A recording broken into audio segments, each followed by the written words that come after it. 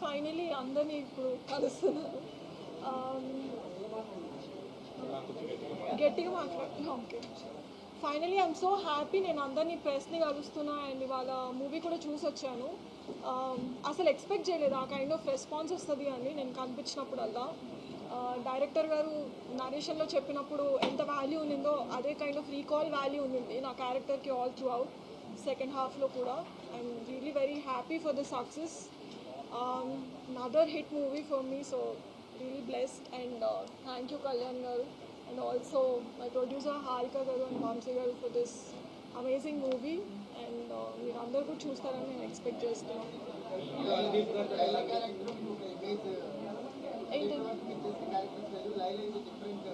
అవునండి, అందుకనే చేస్తాను.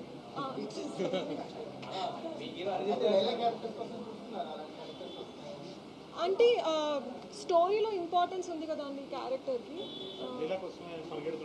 యా, మొత్తం లైలా కోసం వెతుకుతుంటారు కాబట్టి ఫెల్ చేయొచ్చు.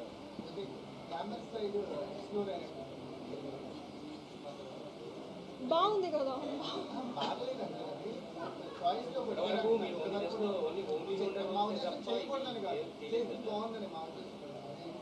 అంటే ఇప్పుడు కొంచెం గ్లామ్ కనిపించని కాన్ఫిడెన్స్ వచ్చింది. సో ముందు అంత కాన్ఫిడెంట్గా లేకుండే అలాంటి రోల్స్ నేను చేయగలుగుతానని.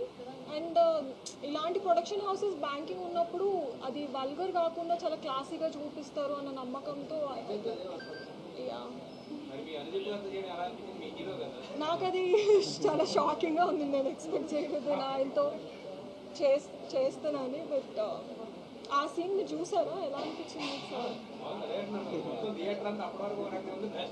అవును, దట్ వాస్ కళ్యాణ్.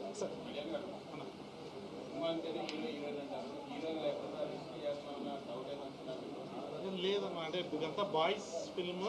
దాంట్లో ఇప్పుడు ప్రియాంక గారు, రెబా మోనికా జన్ గారు ఇట్లాంటి వాళ్ళంతా ఉండేసరికి మనకు ఆ లోటు లేకుండా సో మొత్తం ఫిల్ అయిపోతుందేమో అనిపించింది.